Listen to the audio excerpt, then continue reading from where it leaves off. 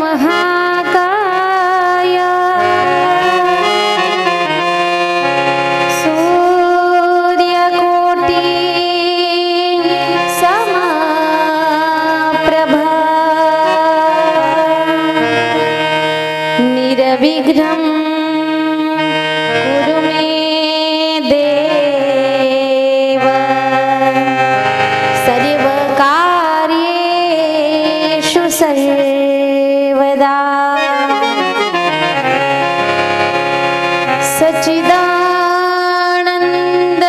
सच्चिदानन्दरूपाय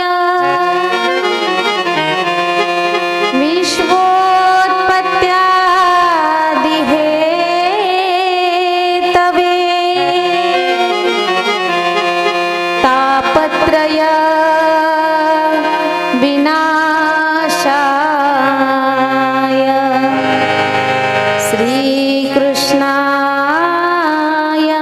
वयं नमः। कैलासराणा शिवचंद्रमौळी फणींद्रमाथा मुकुटे जळाले कारण्य सिंधू भवदुःखहारी तुझ बीन शंभो मज कोण तारी। कथेच्या धर्म मंडपामध्ये जे कोणी कथा श्रवण करण्यासाठी या धर्म मंडपामध्ये बसलेले आहेत प्रत्येकाला हात जोडून विनंती आहे की पायातील चप्पल काढून बसा।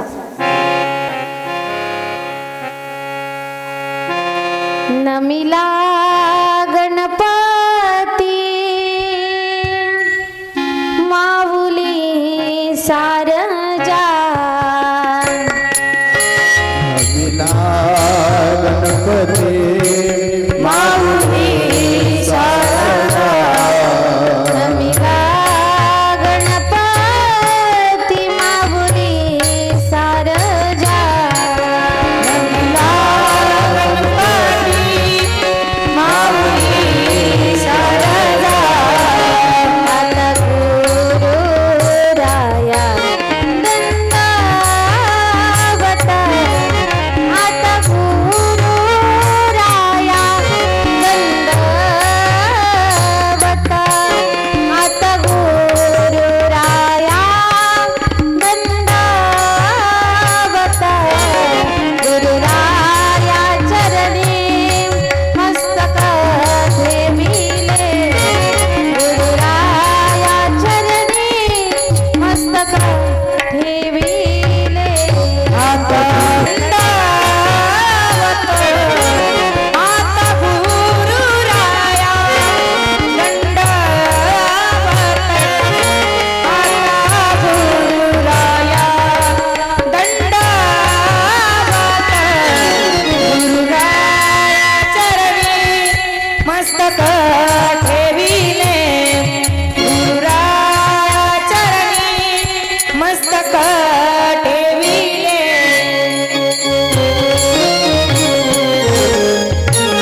ताली वाजवा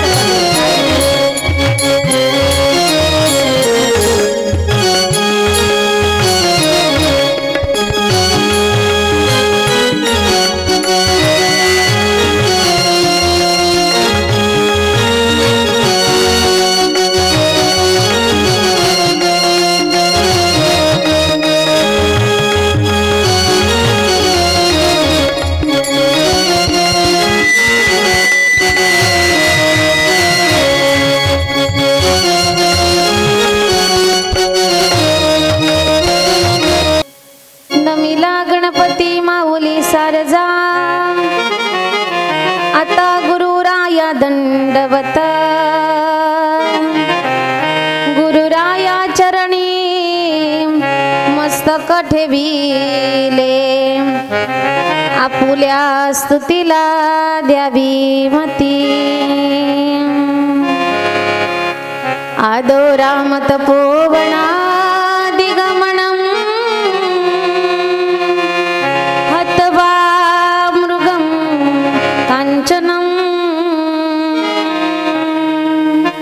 वैदेही हरणं जटायुमरणं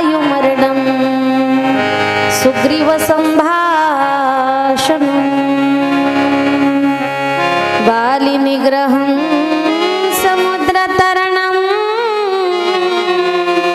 लंकापुरी दहनं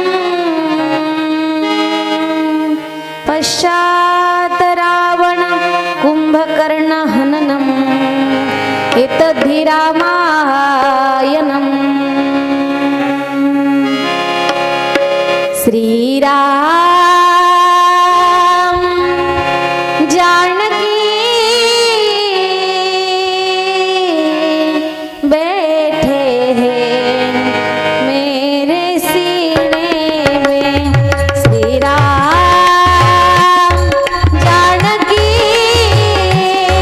बैठे हैं मेरे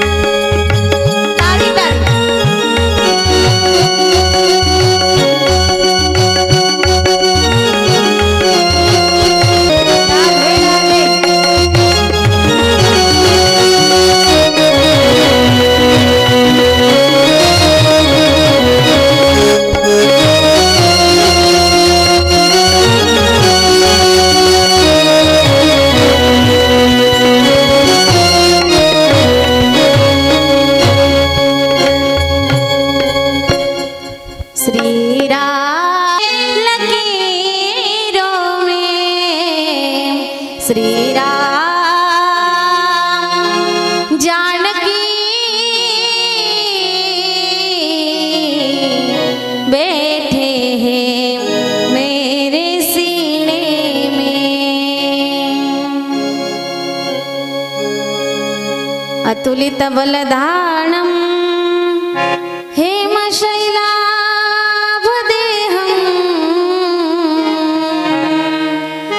धनुजवण कृशाणुं ज्ञानिनामग्रगण्यं सकलगुणनिधनं वानराणामधीशं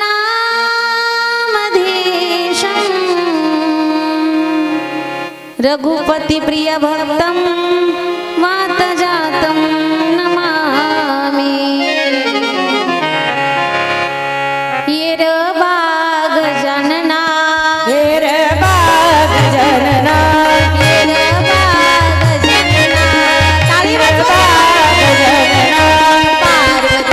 नंदना तू येर बाग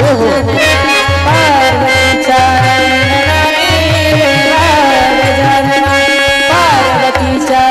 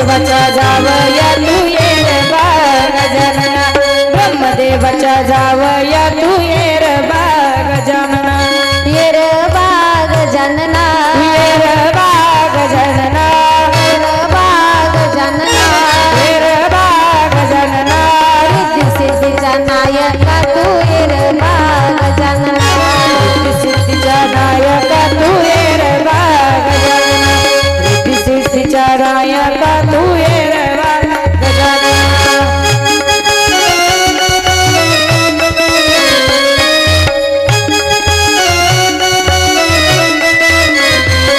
हरी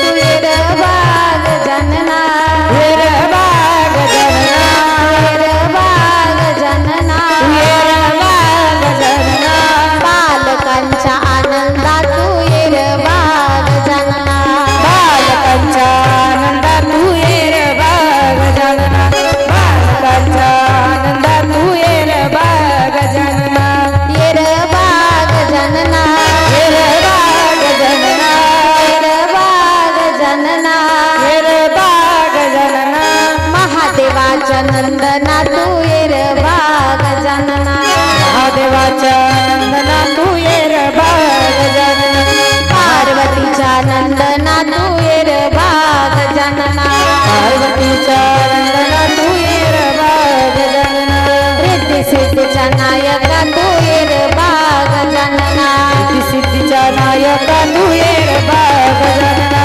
ब्रह्मदेवाच्या जावया तू येर बाग गजानना मनंदाच्या जावया तू येर बाग गजानना बालकांच्या आनंदात तू येर बाग गजानना बालकाच्या आनंदात तू येर बाग गजानना बालकांच्या आनंदात तू येर बाग गजानना बालकाच्या आनंदात तू येर बाग गजानना बालकांच्या आनंदात तू येर बाग गजानना बालकाच्या आनंदात तू येर बाग गजानना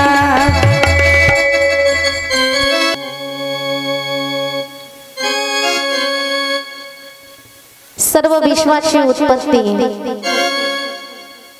ज्या ओंकारापासून आहे त्या ओंकारापासून निर्माण झालेला श्री भगवान गणेश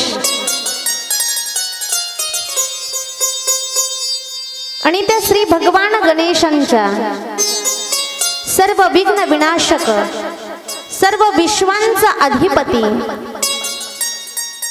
नवे नवे गणपती ज्याला म्हटलं जातं ते भगवान आराध्य दैवत श्री गणेश श्री गणपती बाप्पा यांना वंदन करून आजच्या प्रथम दिवसाच्या कथेला आपण सुरुवात करत आहोत.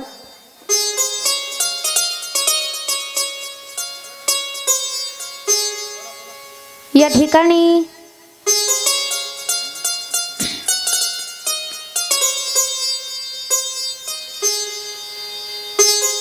आज कथेचा प्रथम दिवस आहे आणि या सप्ताहातील प्रथम दिवसाची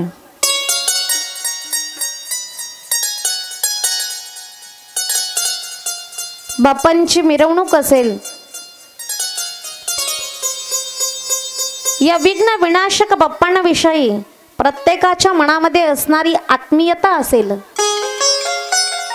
ही सर्व या ठिकाणी आल्यानंतर पाहायला मिळाली. कारण बघा, गणपती बाप्पा म्हटलं की लहान लहान बालकांचा आनंद असतो, परंतु या ठिकाणी आल्यानंतर बघितलं की लहान मुलांपासून थोर वयोवृद्धांपर्यंत सर्वही जण या आनंदामध्ये सहभागी झाले होते. एवढा सुंदर आनंद, बाप्पांची मिरवणूक.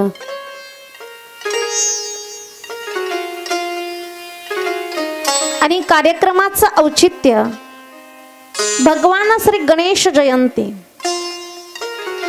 आणि या श्री गणेश जयंती निमित्तानं या ठिकाणी श्री गणेश पुराण कथा या कथेचं आयोजन या ठिकाणी केलेलं आहे. अतिशय सुंदर, मंगल्यमय आणि उत्साहवर्धक वातावरण या ठिकाणी आहे. प्रत्येकाच्या मनामध्ये धर्मकार्याविषयी असणारी तळमळ आहे, ही सर्व तळमळ या ठिकाणी बघायला मिळाली. आणि खरं तर कथेचा आनंद म्हणजे त्यातली त्यात दुग्ध शर्करा योग म्हणजे आज त्र्यंबकेश्वर म्हणजे निवृत्तीनाथ दादांची वारी आहे. आणि आज या षटतिला एकादशीच्या दिवशीच आपल्या कथेची सुरुवात होत आहे. हे खरं तर परमभाग्य आहे, कारण असा योग प्रत्येक वेळेला जुळून येत नाही. आणि म्हणून या वर्षीचा जो योग आहे, आज षटतिला एकादशी आहे आणि या एकादशीच्या दिवशी आपल्या कथेची सुरुवात आहे. आणि म्हणून सर्वही जण आनंदाने या ठिकाणी धर्मकार्यामध्ये आपण सहभागी झालेलो आहोत. या ठिकाणी भगवान श्री गणेशांचं पूजन झालेलं आहे. या ठिकाणी ग्रंथाची मिरवणूकही या ठिकाणी पार पडलेली आहे. सर्व काही मंगलमय वातावरणामध्ये. खरं तर मांगल्याचं प्रतीकच भगवान गणेश आहेत आणि म्हणून त्यांचं जे आपण कार्य करतोय ते मंगलमय स्वरूपामध्ये ते स्वतः करून घेत असतात. कारण कुठलंही कार्य असू द्या, कथा कोणतीही असेल, भागवत असेल, देवी भागवत असेल, रामायण असेल, इतर कोणतीही कथा असेल, कुठलीही पुराणाची कथा जरी असेल ना, परंतु पहिल्यांदा सुरुवातीला अग्र जो यज्ञाचा भाग आहे, अग्र जो पूजेचा मान आहे, तो माझ्या बाप्पांना जर दिला नाही तर कार्य निर्विघ्नपणे पार पडत नाही. म्हणून पहिल्यांदा सुरुवातीला बाप्पांनाच विनंती करावी लागते की तुम्ही आमचं जे हे कार्य आहे, हे पवित्र मंगल असणारं कार्य, हे मंगलमय स्वरूपामध्ये तुम्ही शेवटपर्यंत असंच मांगल्य यामध्ये ठेवा, ही विनंती गणपती बाप्पाला पण करत असतो. आणि म्हणून गणपती बाप्पा मांगल्याचं प्रतीक आहे, आनंदाचं प्रतीक आहे आणि विघ्न विनाशकतेचं प्रतीक आहे. कुठलंही कार्य निर्विघ्नपणे पार पडण्यासाठी आपण भगवंताला त्या विनंती करतो, म्हणून तर त्याला विघ्नहर्ता असंही म्हणतात. कारण जो विघ्न बाजूला करतो, जो विघ्नाचं हरण करतो, तो विघ्नहर्ता. आणि म्हणून सुरुवातीला त्या गणेशाचं आराध्य स्तवन आपण या ठिकाणी केलं. गणपती बाप्पाला विनंती केली की तुम्ही या ठिकाणी आमच्या कथेमध्ये या ठिकाणी आम्हालाही पवित्र मंगल असा आशीर्वाद तुम्ही प्रदान करा आणि आमचं हे जे 7 दिवसांचं साप्ताहिक कार्य जे आहे, हे कार्य निर्विघ्नपणे पार पाडा, अशी विनंती आपण गणपती बाप्पाच्या चरणी करू. मग गणपती बाप्पा विघ्न दूर करण्यासाठी आले, परंतु आपलं रक्षण जर करायचं असेल ना, तर रक्षण करण्यासाठी या ठिकाणी कोणाला बोलवावं लागतं? रक्षण करण्यासाठी या ठिकाणी आमच्या बजरंगबलींना बोलवावं लागतं. चलो आओ जी पवन कुमार हमारे हरि कीर्तन में, पवन कुमार हमारे हरि कीर्तन में. चलो आओ जी पवन कुमार हमारे हरि कीर्तन में. चले आओ जी पवन कुमार हमारे हरि कीर्तन में. राम जी को लाना, लखन जी को लाना, राम जी को लाना, लखन जी को लाना, राम जी को लाना, लखन जी को लाना, राम जी को लाना, लखन जी को लाना. लाना पूरा परिवार हमारे हरि कीर्तन में. चलो आओ जी पवन कुमार हमारे हरि कीर्तन में. चले आओ जी पवन कुमार हमारे हरि कीर्तन में. चले आओ जी पवन कुमार हमारे हरि कीर्तन में.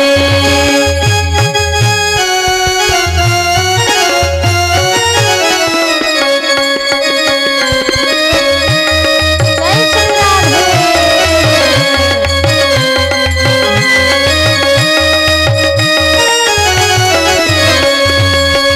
बजरंगबलींना सुद्धा आपण या ठिकाणी बोलवलेलं आहे, कारण जी धर्मकार्याची पताका असते ना, आपण या ठिकाणी कुठलंही धर्म कार्य करतो त्या ठिकाणी धर्माची पताका आपण खांद्यावर घेऊन चालतो बघा. मिरवणूक असेल काही असेल ही धर्माची पताका आपण खांद्यावर घेऊन चालतो.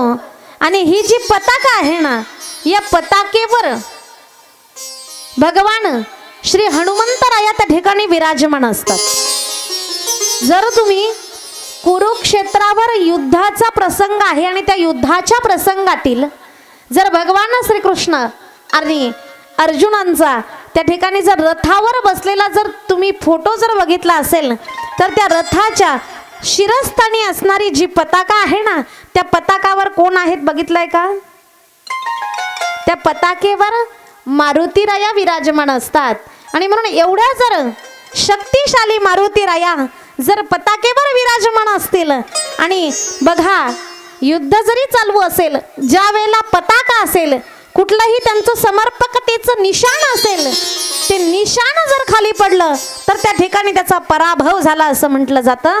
परंतु या पताकेवर धर्मकार्याच्या पताकेवरच मारुतीराया विराजमान आहेत म्हणून प्रत्येक धर्मकार्य हे सिद्धीला जात असतं. आणि म्हणून गणपती बाप्पांना ही विनंती आपण केली. आज या ठिकाणी गणेश पुराण कथा आपण सर्वजण श्रोते या ठिकाणी श्रवण करण्यासाठी उपस्थित आहोत. खरं तर गणेश पुराण कथा क्वचितच ऐकायला मिळते. भागवत असेल देवी भागवत असेल रामायण असेल कथा खूप होतात परंतु गणेश पुराण म्हटलं तर क्वचितच कुठेतरी होत असतं. आणि म्हणून गणपती बाप्पांचं जीवन गणपती बाप्पांचं चरित्र संपूर्ण गणेश भगवंताचंच वर्णन ज्या कथेमध्ये आहे ती गणेश पुराण कथा आहे. आणि हा जो ग्रंथ आहे हा ग्रंथ रिद्धी आणि सिद्धी प्रदान करणारा आहे. म्हणजे गणेश पुराण हा ग्रंथ नसून भगवान श्री गणेशांचं स्वतःचं स्वरूप आहे. या ग्रंथाच्या वाचनानं या ग्रंथाच्या श्रवणानं आपल्या जीवनातील जी काही विघ्न आहेत ती विघ्न सुद्धा दूर होत असतात. मनुष्याला रिद्धी म्हणजे जे पाहिजे असेल ते प्रदान करण्याचं कार्य हा ग्रंथ करतो. आणि सिद्धी म्हणजे मागितलं ते देण्याचं काम सुद्धा हा ग्रंथ करत असतो. म्हणजे स्वतः ग्रंथाच्या माध्यमातून भगवान श्री गणेश करत असतात.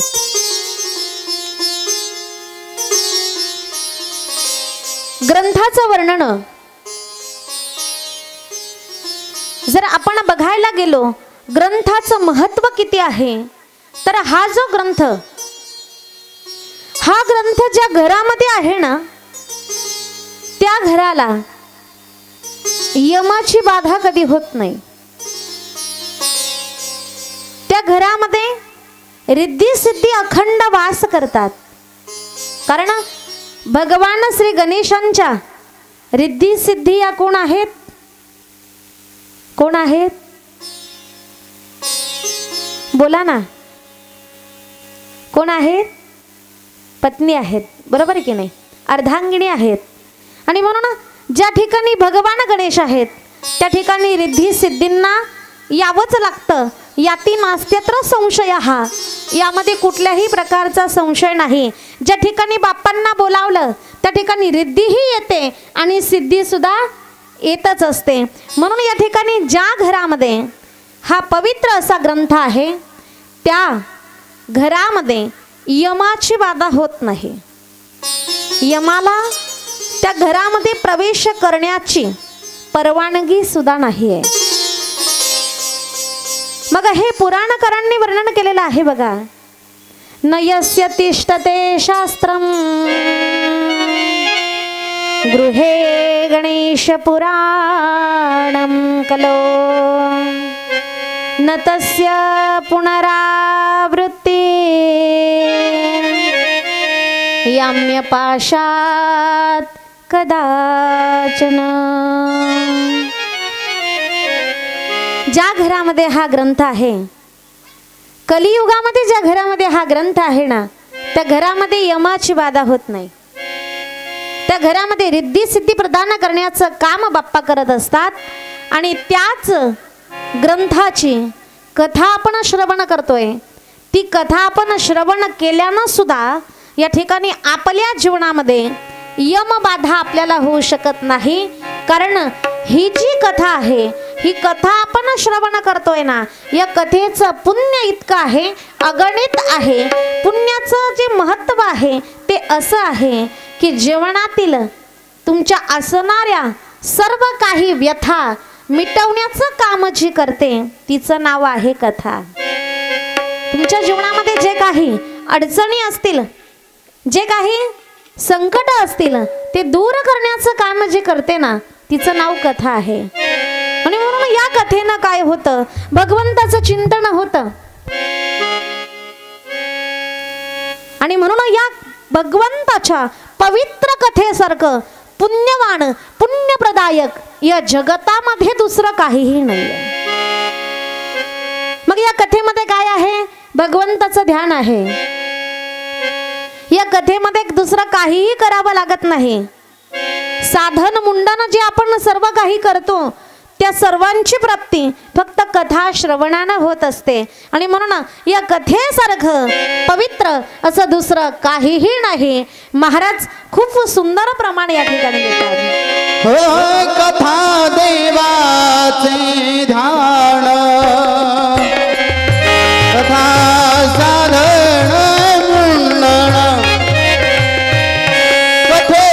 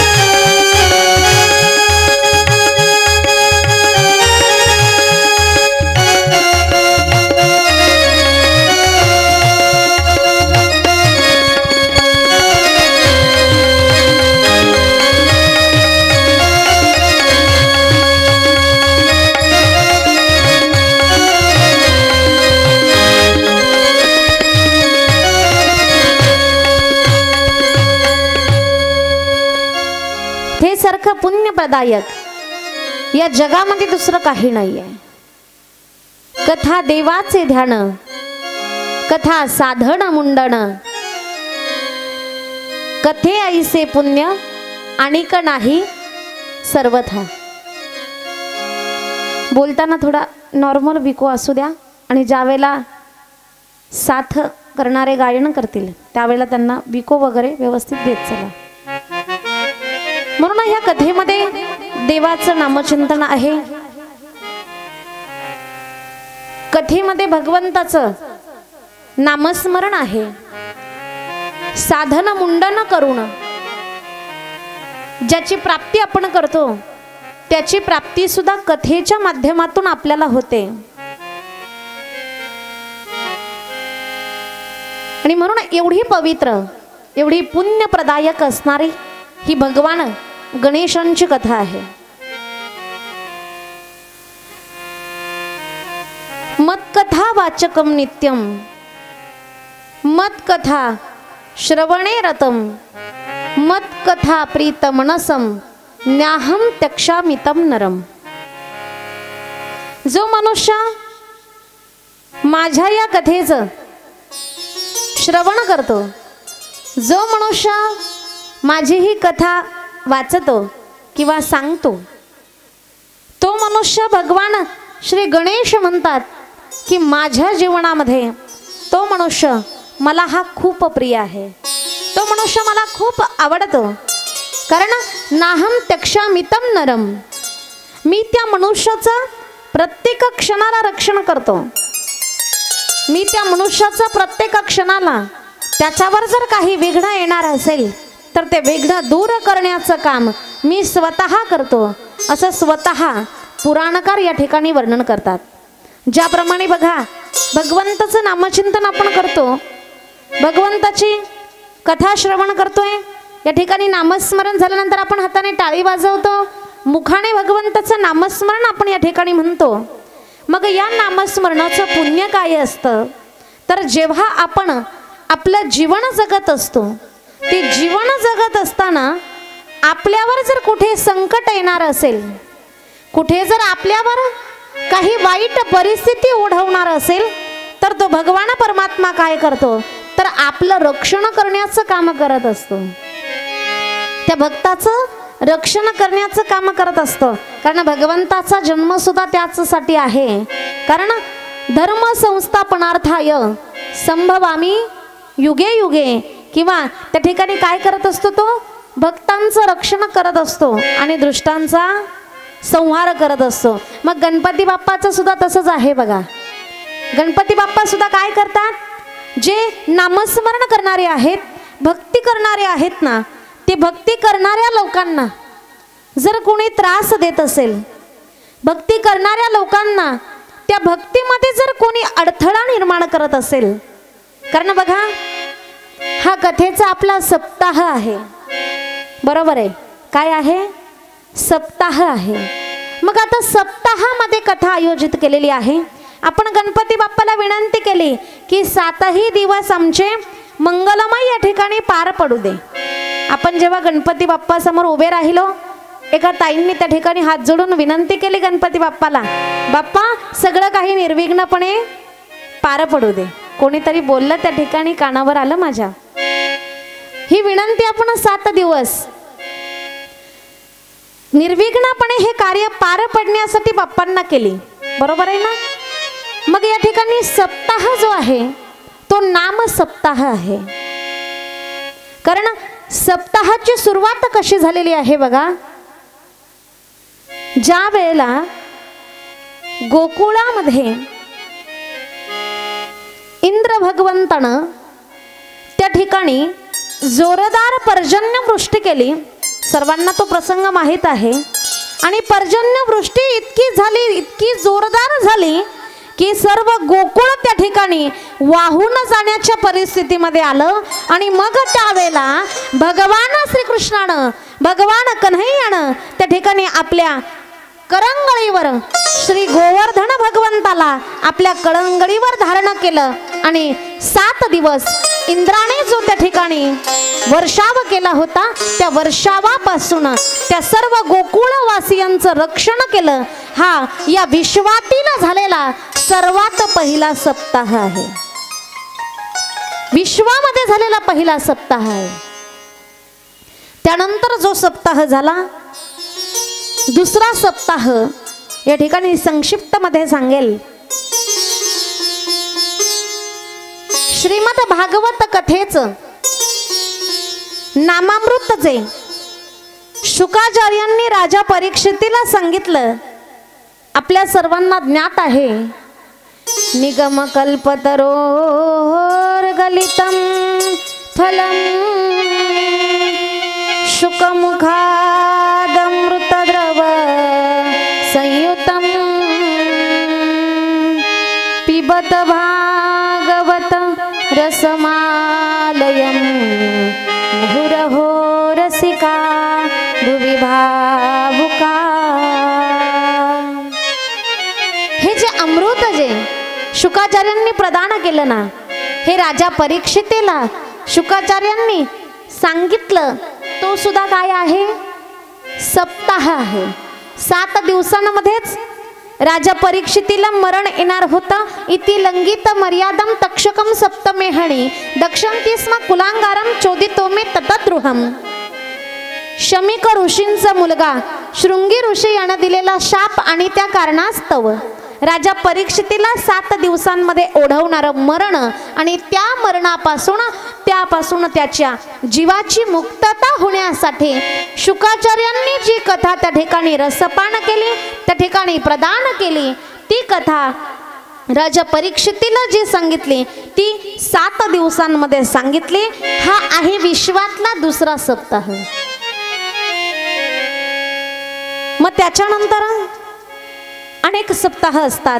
स्वच्छता सप्ताह आहे, अनेक नगरपालिकेचे विविध वेगवेगळे सप्ताह असतात आणि त्यातली त्यात महत्त्वाचं म्हणजे संपूर्ण जगामध्ये कलियुगामध्ये मनुष्याच्या मनातील अज्ञान बाजूला काढण्याचं काम जे सप्ताह करतात ना, ते म्हणजे अखंड हरिनाम सप्ताह। हे जीवनातील मनातील अज्ञान बाजूला करण्याचं काम करत असतात आणि म्हणून अशा सप्ताहाचं या ठिकाणी आयोजन केलेलं आहे। आणि हा जो ग्रंथ आहे, हा ग्रंथ पुण्यप्रदायक आहे, आपल्याला रिद्धी सिद्धी प्रदान करणारा आहे। आणि म्हणून बघा, ही कथा श्रवण करत असताना आपल्या मनामध्ये आदराचा भाव पाहिजे। कथा आपण श्रवण करतोय, मीही या ठिकाणी कथा सांगते, परंतु ऐकणाऱ्या श्रोत्याचा जसा अधिकार असला पाहिजे तसा वक्त्याचा सुद्धा अधिकार असला पाहिजे। कारण माझ्या संतांनी खूप सुंदर सांगितलेलं आहे, अधिकार तैसा करू उपदेश। म्हणून सांगणारा वक्त्याचा अधिकार जसा श्रेष्ठ असावा लागतो, तसाच ऐकणाऱ्या श्रोत्याचा सुद्धा अधिकार हा श्रेष्ठ असावा लागतो। मग श्रोता कसा असावा, तर श्रोता जो आहे ना, तो सर्वांगाचे कान करून ऐकणारा असावा,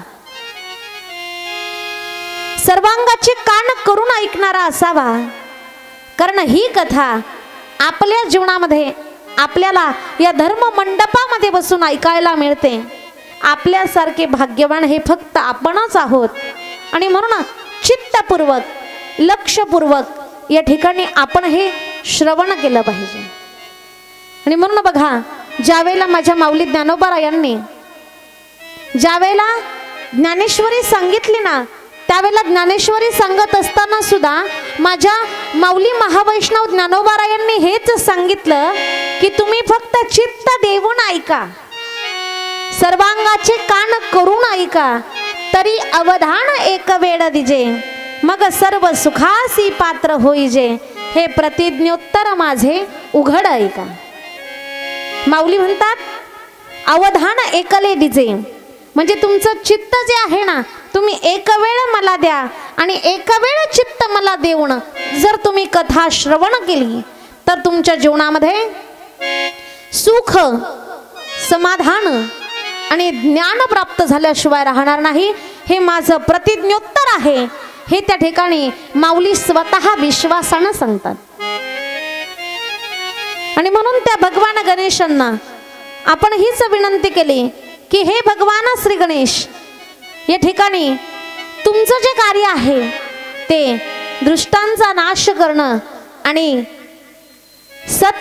पुरुषांचा सत्कार्याचा सांभाळ करणं हे तुमचं काम आहे. परंतु त्यासाठी काय करावं लागेल तर आम्हाला तुमचं रूप जे आहे ना ते तुमचं रूप आम्हाला या हृदयात साठवावं लागेल.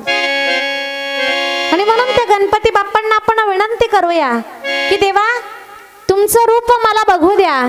तुमच्या रूपामध्ये किती ऐश्वर्य सिद्धी प्रदान करण्याची क्षमता आहे. हे रूप तुमचं जे आहे ना याचं दर्शन आम्हाला एक वेळ द्या. आणि म्हणून हीच विनंती आपण श्री भगवान गणेशांना करूया. देवा गणराया मजला. सर्वांनी हाताने टाळी वाजवायची आणि भजनाचा आनंद घ्यायचा बरं का. सर्वांनी हात वर करा. चला. देवा गणराया मजला तुझं रूप पाहू दे. देवा गणराया मजला तुझं रूप पाहू दे. देवा गणराया मजला तुझं रूप पाहू दे. देवा गणराया मजला तुझं रूप पाहू दे. देवा गणराया मजला तुझं रूप पाहू दे. देवा गणराया मजला तुझं रूप पाहू दे. देवा गणराया मजला तुझं रूप पाहू दे. देवा गणराया मजला तुझं रूप पाहू दे. या शिरावरी आमुच्या तुझा हात राहू दे. या शिरावरी आमुच्या तुझा हात राहू दे. शिरावरी आमुच्या तुझा हात राहू दे. या शिरावरी आमुच्या तुझा हात राहू दे. गणपती बाप्पा मंगल मूर्ती. देवा गणराया मजला तुझं रूप पाहू दे. देवा गणराया मजला तुझं रूप पाहू दे. देवा गणराया मजला तुझं रूप राहू दे. देवा गणराया मजला तुझं रूप पाहू दे.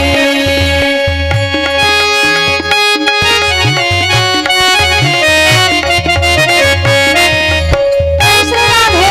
टाळी वाजवा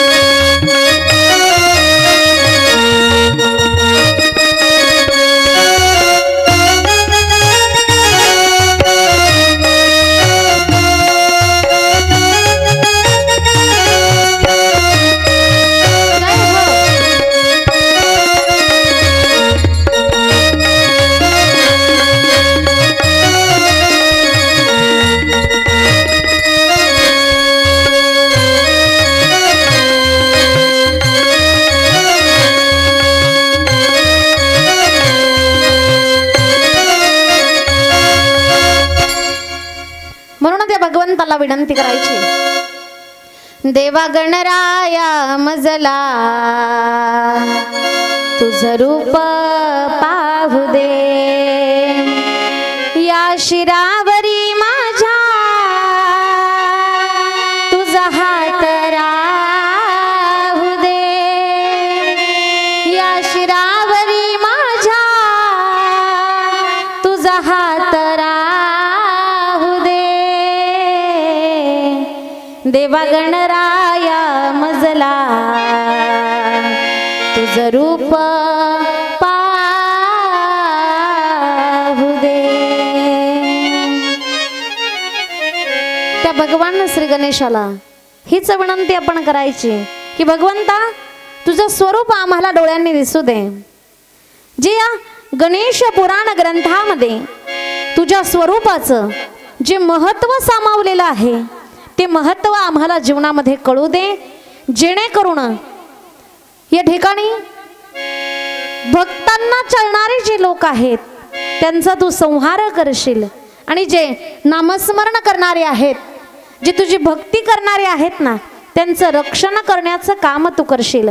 ही विनंती आपण या ठिकाणी बाप्पांना केली. ममोत सर्वेषु सर्वेषु श्री गणेश पुराणम परम शृण्वन्ति नरा भक्त्या मम प्रीत्यैच सुव्रताः. आता या ठिकाणी बघा, पुराणकार असं म्हणतात की ही जी कथा आपण या ठिकाणी आयोजित केलेली आहे, ही कथा आपण या ठिकाणी जी आयोजित केली, नियोजित केली, या कथेमध्ये वस्त्रालंकारकै पुष्पै धूप दीपोपहारकै वशीकृतो ह्ययं कृत्यो सत्पतिर्यथा सत्पतिर्व्रता. या ठिकाणी पुराणकार म्हणतात ही जी आपण कथा आयोजित केली, ही 7 दिवस आपण जी कथा करणार आहोत, या कथेमध्ये आपण वेगवेगळे उत्सव करणार आहोत. या ठिकाणी या कथेमध्ये आपण उत्सव साजरे करणार आहोत, आनंद साजरा करणार आहोत. त्याचप्रमाणे वस्त्र अलंकार काय, त्याप्रमाणे आपण या ठिकाणी हे जे सर्व जे आहे हे उत्सव वस्त्र अलंकारांनी सुशोभित असे आपण साजरे करणार आहोत. आणि ह्यामुळे काय होत असतं तर गणपती बाप्पा आपल्यावर आनंदी होत असतात. म्हणजे बघा, गणपती बाप्पाच्या उत्सवातील हे जे आनंद आहे हे जर आपण या ठिकाणी साजरे केले, या ठिकाणी हे सर्व काही जर आपण आनंदाने सर्व काही सिद्धीला नेलं, सर्व त्यामधील उत्सव असतील, गणेश जन्म असेल, गणेशांच्या बालपणातील लीला असतील, भगवान श्री गणेशांचा विवाह असेल, हे सर्व जे काही उत्सव आहेत हे जर आपण आनंदाने साजरे केले ना, तर गणपती बाप्पा आपल्यावर खूप आनंदी होतात. कसं ते बघा, एखादी पतिव्रता स्त्री असते, बरोबर आहे की नाही? ती पतिव्रता स्त्री त्या ठिकाणी खूप शृंगार करते, आपल्या भाषेमध्ये मेकअप, खूप शृंगार करते, ती स्वतःला खूप सजवते. कशासाठी? तर फक्त आपल्या पतीसाठी, बरोबर आहे की नाही? आणि तिचा शृंगार पाहून, तिचं ते स्वरूप पाहून, तिच्या चेहऱ्यावरचं फक्त हास्य पाहून सुद्धा तिच्या पतीला आनंद वाटतो. तसंच या ठिकाणी पुराणकार म्हणतात, ज्याप्रमाणे पतिव्रता स्त्रीला बघितल्यानंतर पतीला आनंद होतो, त्याप्रमाणे आपण जर हे कथेचे उत्सव जर आनंदाने साजरे केले, तर ज्याप्रमाणे तो पती आपल्या पत्नीवर खुश होतो ना, आनंदी होतो ना, त्याप्रमाणे गणपती बाप्पा आपल्यावर आनंदी होतात आणि आपल्याला भरभरून आशीर्वाद देण्याचं काम करत असतात. आणि म्हणून आपल्याला सुद्धा हे गणेश भगवंताचे उत्सव या ठिकाणी आपण कथेमध्ये साजरे करणार आहोत. खूप आनंद आपल्याला या ठिकाणी घ्यायचा आहे, कारण 7 दिवस या ठिकाणी हा सप्ताह म्हणजे आनंदाचं एकमेव ठिकाण आहे. तुम्ही जगाच्या बाजारात कुठेही जा, या ठिकाणी या धर्म मंडपामध्ये भगवंताच्या नामचिंतनामध्ये जो आनंद आहे तो तुम्हाला इतरत्र कुठेही मिळू शकत नाही आणि कुठे मिळणारही नाही. हे खरं आनंद देण्याचं साधन जर काही असेल तर भगवंताचं नाम आहे. आणि म्हणून या भगवंताला आपण विनंती करू की देवा, तुझं कार्य तू तूच आमच्याकडून निर्विघ्नपणे पार पाडून घे. आम्ही फक्त कोण आहोत? आम्ही फक्त करणारे एक माध्यम आहोत. करता करविता सर्व काही तू आहे. म्हणून तुलाच विनंती आहे की सर्व कार्य सिद्धीला ने. आणि म्हणून या ठिकाणी आपण बघा वर्णन करत असतो, सर्वात प्रथम गणेशाला वंदन करतो की हे जे तू आमचं सर्व काही कार्य आहे ही सिद्धीला घेऊन जाण्याचं कार्य कर. कारण अवघी विघ्ने नेसी विलया आणि आधी वंदू तुझं मोरया.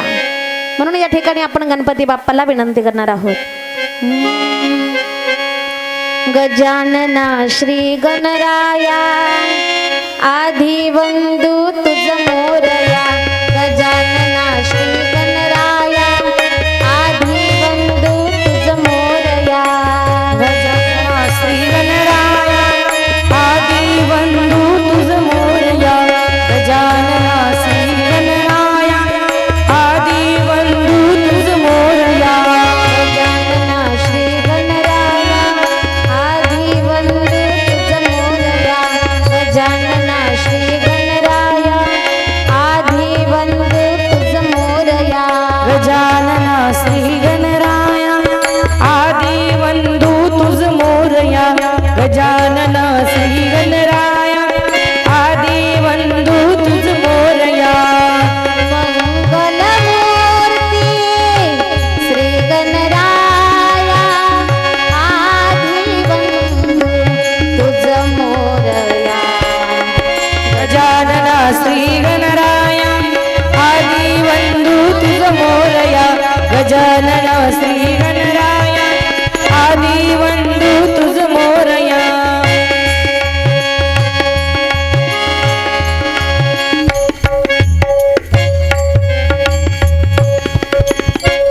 गजानना श्री गणराया आधी वंदू तुझं मोरया. मंगलमूर्ती श्री गणराया आधी वंदू तुझं मोरया. या ठिकाणी गणपती बाप्पाला आपण विनंती करणार आहोत की सर्व विघ्न जे आहेत ते विघ्न या ठिकाणी तू दूर कर आणि विघ्न बाजूला करून आमचं हे जे मांगल्याचं मॉनिटर द्या मॉनिटर. आमचं हे जे मांगल्याचं जे काम आहे हे मांगल्याचं काम तू सिद्धीला नेण्याचं कार्य कर. ही विनंती आपण या ठिकाणी गणपती बाप्पाला करणार आहोत.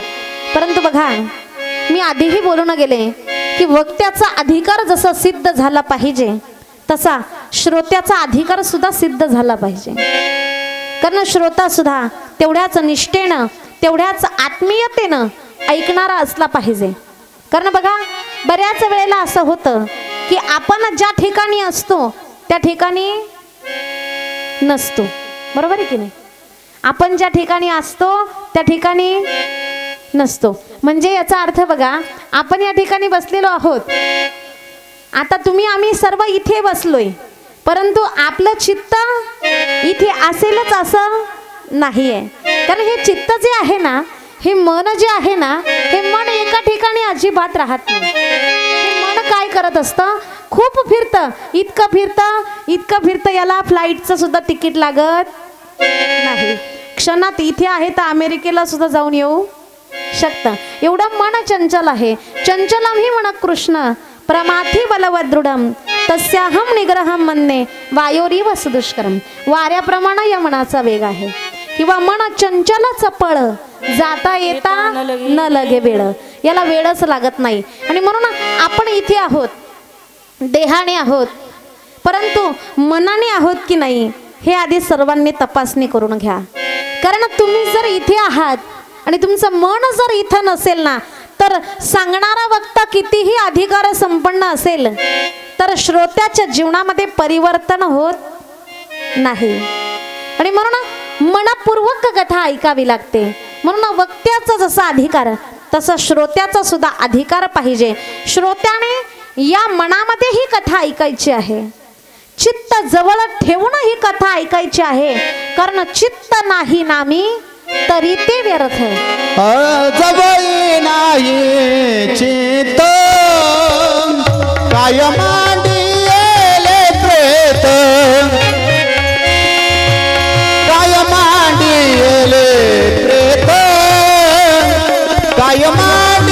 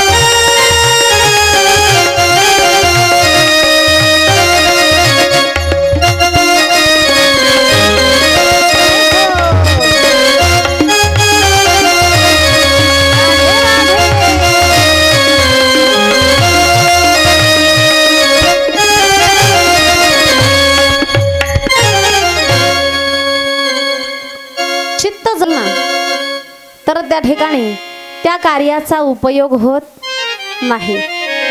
एखादी स्त्री खूप सुगरण आहे, इतकी सुगरण आहे की तिच्यासारखा स्वयंपाक हा कोणीच करत. बोला ना, तुमच्याकडे स्वयंपाक तुम्हीच करता ना? एखादी स्त्री खूप सुगरण आहे, तिच्यासारखा स्वयंपाक कोणीही करत नाही. आणि प्रत्येक स्त्रीमध्ये बघा काहीतरी वेगळीता असते. एखाद्या स्त्रीच्या हातची एखादी भाजी खूप चविष्ट लागते आणि मग सर्व महिला एकत्र आल्या की म्हणतात, नाही ग, तुझ्यासारखी मेथीची भाजी कोणीच करू शकत नाही. म्हणजे प्रत्येकाच्या हाताचा तो गुणधर्म आहे.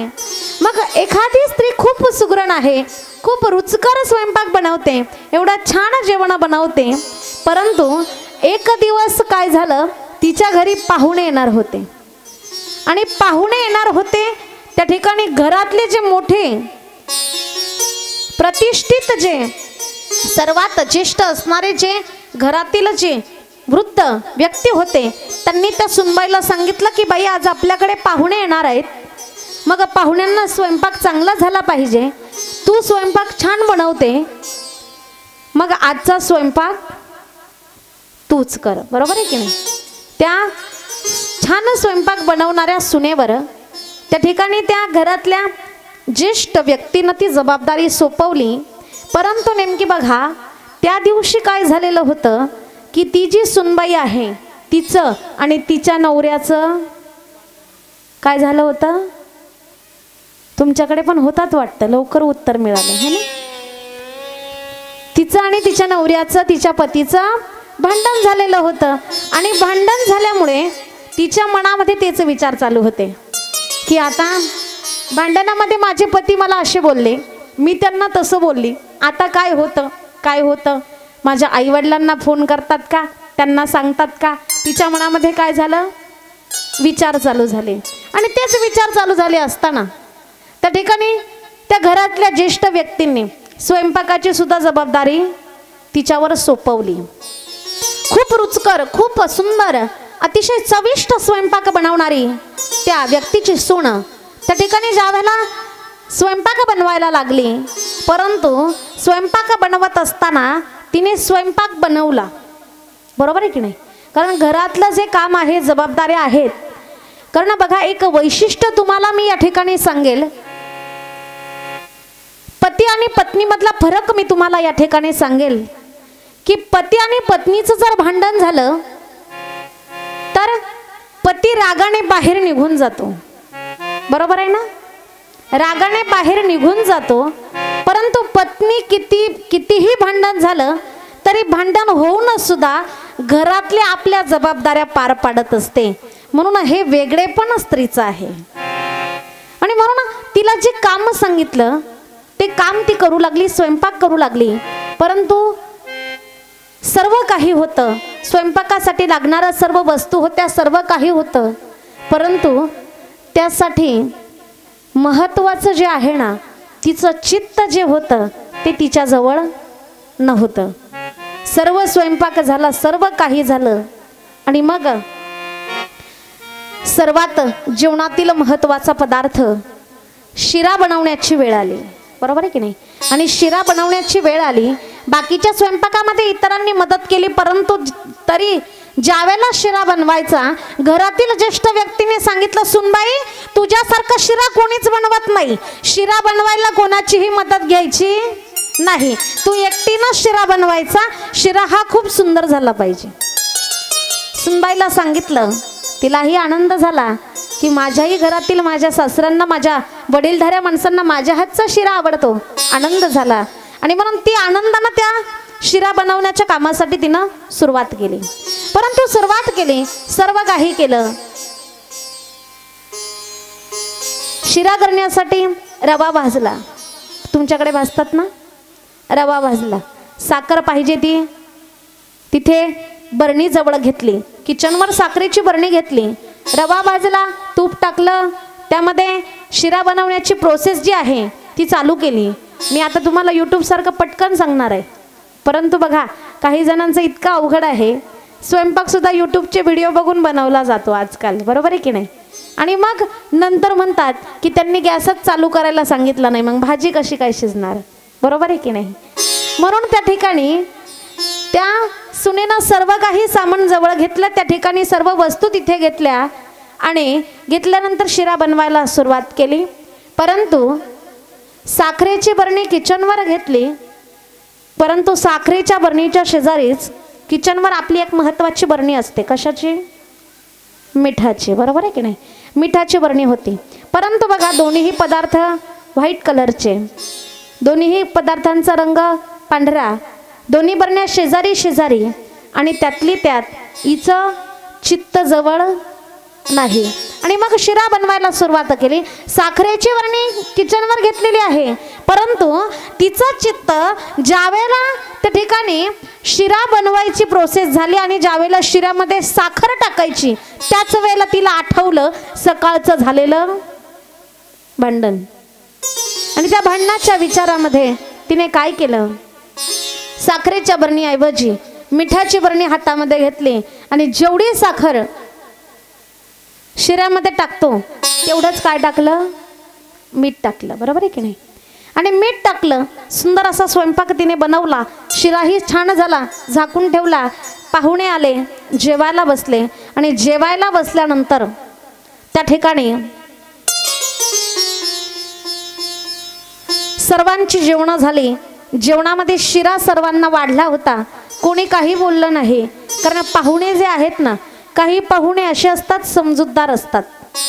समजूतदार कसे असतात बघा, एखाद्या घरामध्ये जर नवीन सुनबाई आलेली असेल आणि तिच्याकडून स्वयंपाक करण्यामध्ये जर काही चूक झाली असेल, ती जर आपण बोलली तर यामुळे या मुलीला काही बोलतात का, म्हणून काही माणसं काहीही बोलत नाही. म्हणजे ज्याला समजूतदारपणा म्हटलं जातं. ते पाहुणेही समजूतदार होते, त्यांनी जेवण केलं, कुठल्याही प्रकारचं काही बोलले नाही. स्वयंपाक खूप छान झाला असं म्हटले, पोटभर जेवण झालं आणि पाहुणे निघून गेले. आणि पाहुणे निघून गेल्यानंतर ज्या वेळेला त्या सुनबाईचे सासरे त्या ठिकाणी जेवायला बसले आणि जेवायला बसल्यानंतर त्या ठिकाणी सासऱ्यांनी सांगितलं, सुनबाई मला दुसरं काही नको, फक्त तुझ्या हातचा शिरा खायला दे. आणि शिरा खायला दे म्हटल्यानंतर सुनबाईला आनंद झाला, तिनेही खाल्लेला नव्हता. आणि म्हणून त्या ठिकाणी प्लेटमध्ये डिशमध्ये शिरा घेतला आणि सासऱ्यांना नेऊन दिला. आणि ज्यावेळेला सासऱ्यांनी शिरा खाल्ला त्यावेळेला कळालं की शिऱ्यामध्ये साखरेऐवजी काय आहे? मीठ आहे. बघ मला सांगा, एवढी सुगरण सून आहे, एवढा चविष्ट स्वयंपाक बनवते, एवढा सुंदर स्वयंपाक बनवते, जिच्या हाताला खूप चविष्टपणा आहे, परंतु तरी सुद्धा शिऱ्यामध्ये साखरेऐवजी मीठ ओतलं गेलं. याला कारण काय आहे? कारण तिचं चित्त जवळ नव्हतं. म्हणून आपण सुद्धा या ठिकाणी कथा श्रवण करतोय. आपलं चित्त जर जवळ नसेल ना, तर हे सर्व काही नळी फुंकिली सोनारे, इकडून तिकडे जाई वारे, या कानाने ऐकल्या जातं आणि या कानाने सोडून दिल्या जातं. आणि म्हणून चित्त जवळ पाहिजे. चित्ताशिवाय कुठलीही गोष्ट जीवनामध्ये आत्मसात होत नाही. म्हणून भगवंताचं नाम हा सुद्धा चित्तातच मुरवावं लागतं. भगवंताचं नाम सुद्धा चित्तातच धारण करावं लागतं. आणि म्हणून या ठिकाणी भगवान परमात्म्याने सुद्धा काय केलं होतं, तर भगवान परमात्म्याने गवळणींचं फक्त चित्त हरण केलं होतं, दुसरं काहीच केलं नव्हतं. बरोबर आहे ना? काय? फक्त चित्त हरण केलं. आणि भगवंताला फक्त तुमचं चित्तच पाहिजे, बाकी दुसरं काहीही नको. मग झाडाचं पान जरी आपण त्याला दिलं ना, तरी तो आपल्यावर प्रसन्न होतो. पत्रम पुष्पम फलम तोयम यो मे भक्त्या प्रयश्चते तदहम भक्ती उपरतः अश्नामी प्रयतात्मनः. दुसरं काही लागत नाही. मग तुम्ही झाडाचं पान जरी दिलं ना, तरी तो भगवान परमात्मा आपल्यावर प्रसन्न होत असतो. म्हणून या ठिकाणी भाव पाहिजे, भगवंताला दुसरं काहीही नको. देव भावाचा भुकेला, देव देव भावाचा भुकेला, देव भावाचा भुकेला, देव भावाचा भुकेला, देव भावाचा भुकेला, अति दुष्ट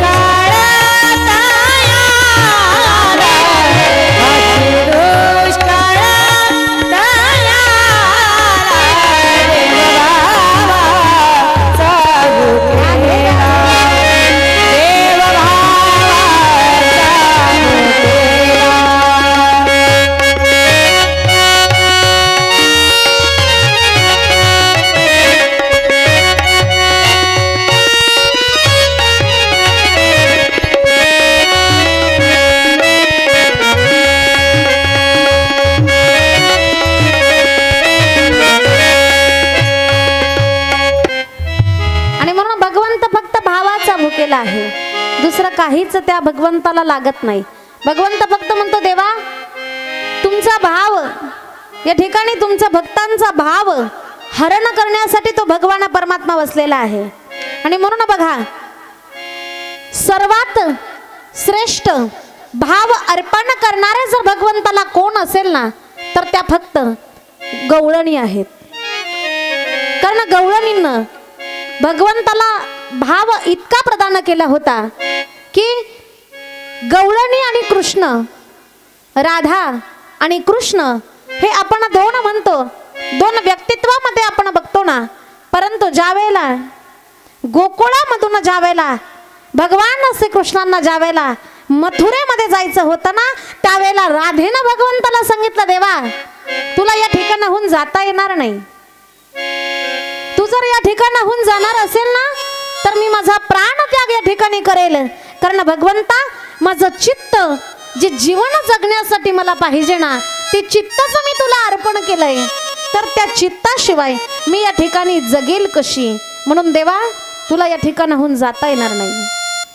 पण त्याच वेळेला भगवान श्रीकृष्णांनी राधेला सांगितलं अगं राधे मी त्या ठिकाणी जातोय, मथुरेमध्ये जातोय, परंतु माझं चित्त जे आहे ना ते माझं चित्त मी याच ठिकाणी तुझ्या जवळ ठेवून जातोय. माझं चित्त माझ्या बरोबर मी घेऊन जात नाही. कारण तुम्ही एवढी भक्ती या ठिकाणी केलेली आहे, एवढा अधिकार भक्तीचा तुमचा आहे की मलाही माझं चित्त माझ्या बरोबर घेऊन जाता येणार नाही. एवढं भाव गवळणींनी भगवंताला प्रदान केलेला होता.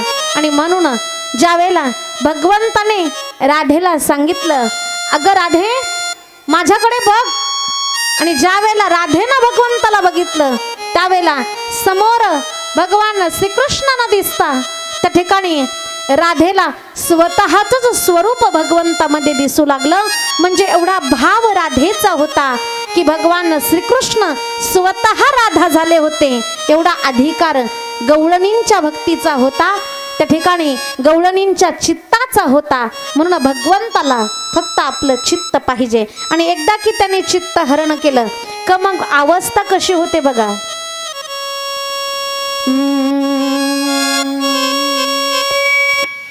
तुम्हारी याद आती है बताओ क्या करे मोहन. त्या भगवंताला त्या ठिकाणी त्या भगवंताची आठवण त्या ठिकाणी एकदा की भाव समर्पित केला त्या भगवंताशिवाय आपण राहू शकत नाही. एकदा की भक्तीचं वेड लागलं की त्या भक्तीशिवाय आपण राहू शकत नाही. कुठेही आपल्याला कळालं की भगवंताची कथा आहे, सप्ताह आहे, नामचिंतन आहे, त्या ठिकाणी आपण लगेच त्या ठिकाणी धर्ममंडपामध्ये जातो, त्या ठिकाणी जाऊन आपण बसतो, ते भगवंताचं नाम श्रवण करतो. म्हणून हा भाव भगवंताला आपल्याला प्रदान करायचा आहे. भावाशिवाय दुसरं काहीही देवाला लागत नाही. म्हणून भगवंत या ठिकाणी म्हणतात की या ठिकाणी देवा तुला एकच विनंती आहे. या ठिकाणी पुराणकारांनी सांगितलं हे भगवंता, हे गणपती बाप्पा, आमच्या जीवनामधील आमचा भाव जो आहे ना तो भाव आम्ही तुझ्या चरणाशी समर्पित करतो. आम्हाला दुसरं जीवनामध्ये काही नको, फक्त जीवनामध्ये सुख समाधान देण्याचं कार्य कर, रिद्धी सिद्धी प्रदान करण्याचं कार्य कर, आमच्या जीवनाचं कल्याण करण्याचं काम तू कर. ही विनंती आपण भगवान गणेशांना करतो. कारण सर्व विश्वाचं नियंत्रण भगवान गणेशांच्या हातामध्ये आहे. कारण आपण जर बघा भगवान गणेशांच्या स्वरूपाचं वर्णन बघितलं तर भगवान गणेशांचं स्वरूप कसं आहे. डोळे हे खूप सूक्ष्म आहेत, खूप सूक्ष्म म्हणजे इतके सूक्ष्म आहेत की आपण जीवनामध्ये चांगलं वाईट काही काम करत असू, ते चांगलं वाईट काम करताना आपल्याला वाटतं की आम्हाला कोणी बघत नाही, परंतु माझ्या भगवंताचे, माझ्या गणपती बाप्पाचे डोळे एवढे सूक्ष्म आहेत की तेही दूर तुम्ही कोणताही कार्य करताय ना ते कार्य माझ्या भगवंताच्या, माझ्या गणेशांच्या नजरेतून चुकत नाही. म्हणून ते डोळे जे आहेत ते सूक्ष्म आहेत. कारण आपल्याला जर खूप लांबची एखादी वस्तू बघायची असेल आपल्या डोळे सूक्ष्म करावे लागतात, बरोबर आहे की नाही? म्हणून माझ्या भगवान गणेशांचे डोळे सूक्ष्म आहेत, कारण कितीही दूरवर कोणीही चांगलं वाईट कर्म केलं असेल ते त्या डोळ्यांनी दिसलं पाहिजे, म्हणून भगवान गणेशांचे डोळे सूक्ष्म आहेत, बारीक आहेत. आता कान जर बघितले, बाप्पांचे कान कसे आहेत? खूप विशाल आहेत, सुपासारखे आहेत. मग एवढे विशाल कान कशासाठी? डोळे एवढे सूक्ष्म, कान एवढे मोठे कशासाठी?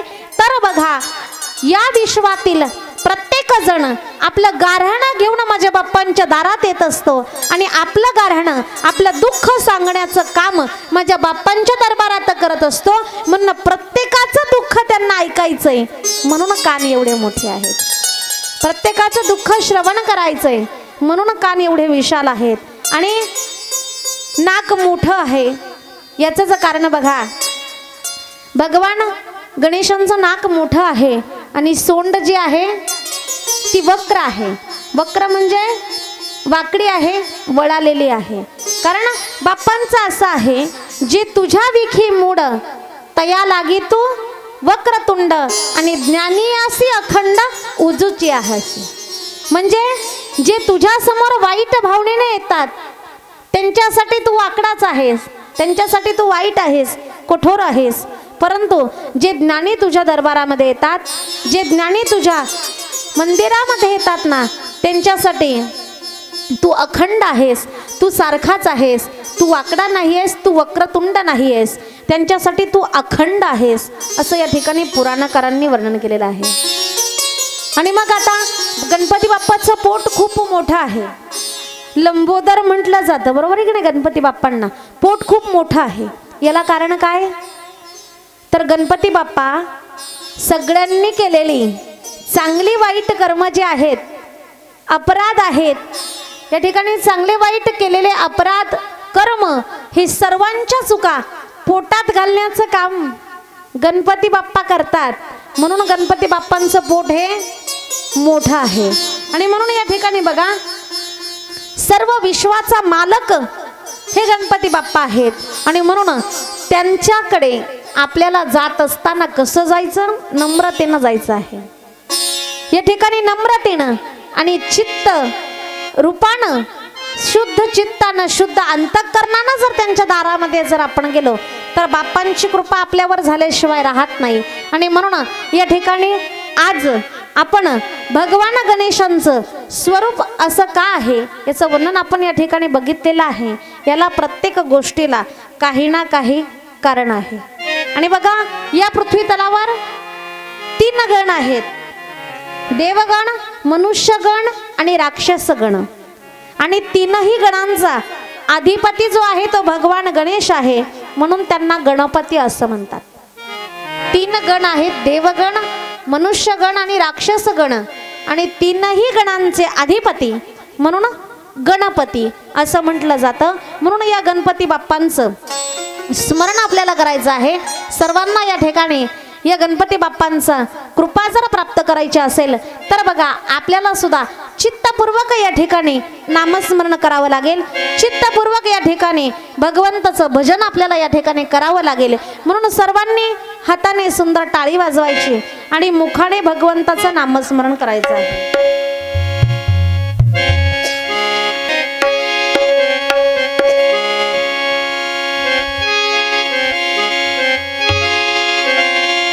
हरे ये रे बाग जनना, ये रे बाग जनना, ये रे बाग जनना, ये रे बाग जनना, पार्वतीच्या नंदना तू ये रे बाग जनना, पार्वतीच्या नंदना तू ये रे बाग जनना, पार्वतीच्या नंदना तू ये रे बाग जनना, पार्वतीच्या नंदना तू ये रे बाग जनना.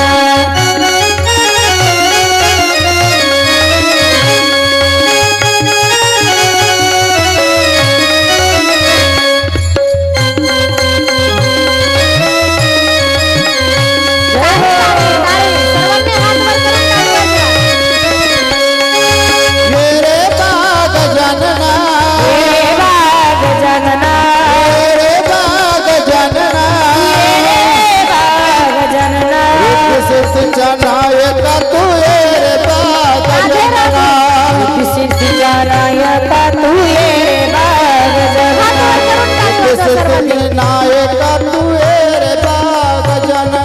रिद्धी सिद्धी विनायका तू ये रे बा गजानना हात वर सर्वांचे हात सर्वांना माता भगिनी पुरुष वर्ग सर्वांना विनंती सर्वांनी हात वर करायचे सर्वांनी टाळी वाजवायची एक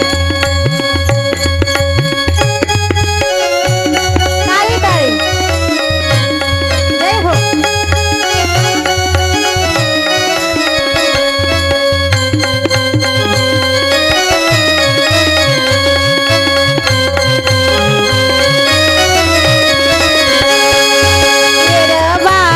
जनना बाग जनना हेर बाग जनना रिद्धी सिद्धीचा नायका तू येर बाग जनना नायका तू येर बाग जनना नायका तू येर बाग जनना रिद्धी सिद्धीचा नायका तू येर बाग जनना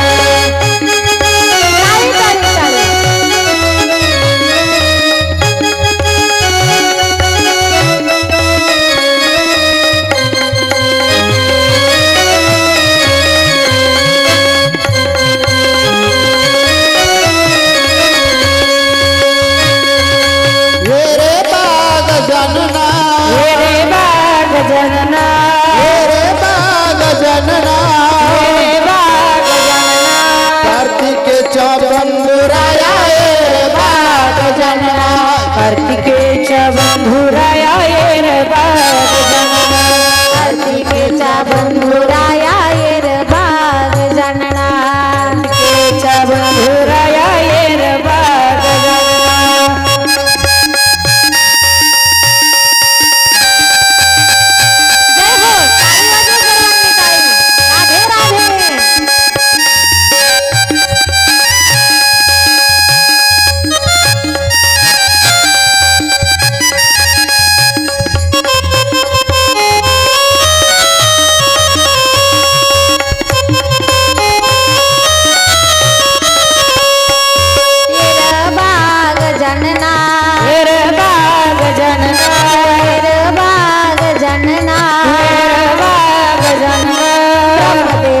जावया तू येर बाग जनना ब्रह्मदेवाच्या जावया तू येर बाग जनना ब्रह्मदेवाच्या जावया तू येर बाग जनना येर बाग जनना येर बाग जनना येर बाग जनना येर बाग जनना बालकांच्या आनंदा तू येर बाग जनना बालकांच्या आनंदा तू येर बाग जनना बालकांच्या आनंदा तू येर बाग जनना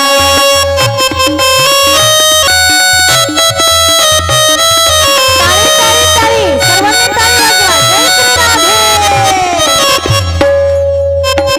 जय हो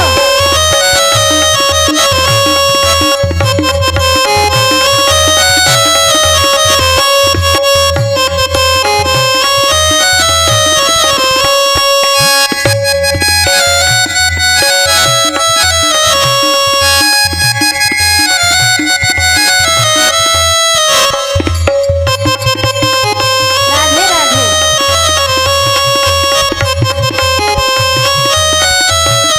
देवा गणराया मजला तुझं रूप पाहू दे देवा गणराया मजला तुझं रूप पाहू दे देव गणराया मजल तुझं रूप पाहू दे टाळी, देव टाळी. गणराया मजल तुझं रूप पाहू दे देवा गणराया मजला तुझं रूप पाहू दे देवा गणराया मजला तुझं रूप पाहू दे देव गणराया मजल तुझं रूप पाहू दे देव गणराया मजल तुझं रूप पाहू दे या शिरावरी माझ्या तुझा हात राहू दे त्या शिरावरी माझ्या तुझा हात राहू दे